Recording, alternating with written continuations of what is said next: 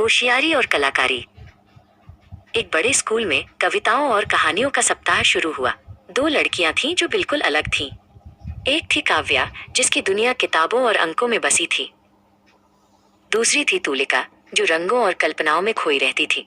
उसके बस्ते में हमेशा रंगीन पेंसिलें और एक छोटी ड्राइंग पैड छिपी रहती थी। स्कूल ने सप्ताह के अंत के लिए एक बड़ा प्रोजेक्ट दिया। हमारी दुनिया की कहानी में एक किताब लिखनी थी और साथ में उसके चित्र भी बनाने थे। काव्या ने तुरंत योजना बनाना शुरू कर दिया।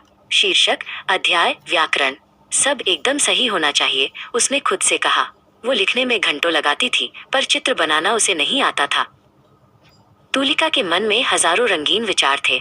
मैं एक जादुई जंगल और उड़ते हुए पात्र बनाऊंगी, पर शब्दों को पन्नों पर उतारना उसके लिए पहाड़ जैसा मुश्किल काम था।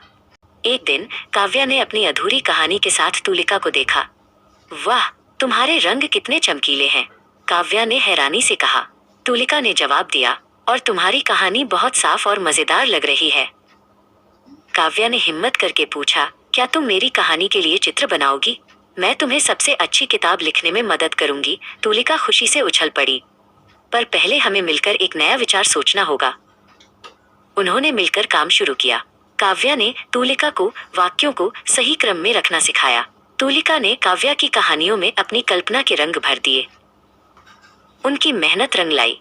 काव्या की सटीक कहानी और तुलिका के जीवंत चित्रों से एक अद्भुत किताब बनी।